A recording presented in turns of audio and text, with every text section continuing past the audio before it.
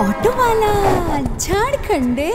अब बेटा निड़हू देखत का बड़े एक हाथ हमरो रिक्शा में मार दे फटाफट। अरे तो क्या कहता ना हाली समझैले ए टाइम ऑफिस में जाके टाइम रहला साहब लोग के खुश तो गाड़ी धोल जरूरी है कि तू बिछवा में लेके आ जाला ऑटो। अब बहुत बिजी हो गल बड़ा तू।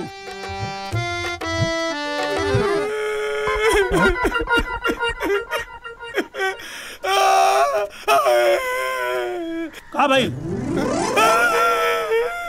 अरे तोड़ भौजी। अरे बाप रे का भाई घुलिट गेली का? चुप सबसे बोल।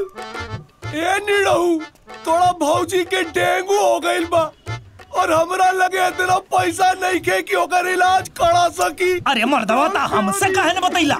कौना मुंह से मांगती रे? पहले ही तोर खा के बैठल बानी। लगत हमरा प्राण प्यारी के चक्कर में हमार प्राण पखेड़ उड़ जाए। ऐसन कुछ ना होई, ऐसन कुछ ना होई। एगो बात बतावा, 5 लाख रुपया बैंक में जुटा के रख ले, कौने दिने काम आई? हाँ चला हम बैंक से निकाल के देता नहीं। पकड़वा बैंक का चाहिए जोन जेब में रख लो किते।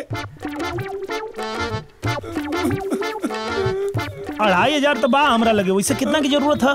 10,000 का। मर्दवा बकलन्ने हवा का? अरे 10,000 में तो यहाँ नहीं मिल जाई तो बुढ़िया के चक्कर में का पड़ल हुआ? अरे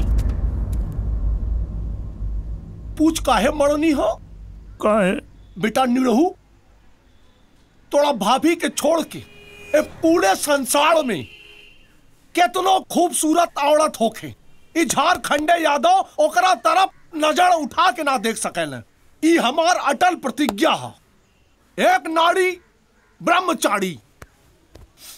गलती हो गई भैया ला, लेकिन ये 2500 पहले का मिला के हमारे 3750 रुपया लौटा दिया। झारखंडे बेटा हमने सगे चाचा का लड़का बाड़ा, यही से फ्री में सलाह दे रहा बानी कि अगर मुंबई पे राज करना है तो चरित्रवान बनना है।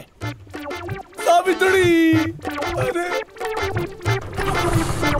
अरे हट जो सामानवा से नहीं तो चढ़ा दे।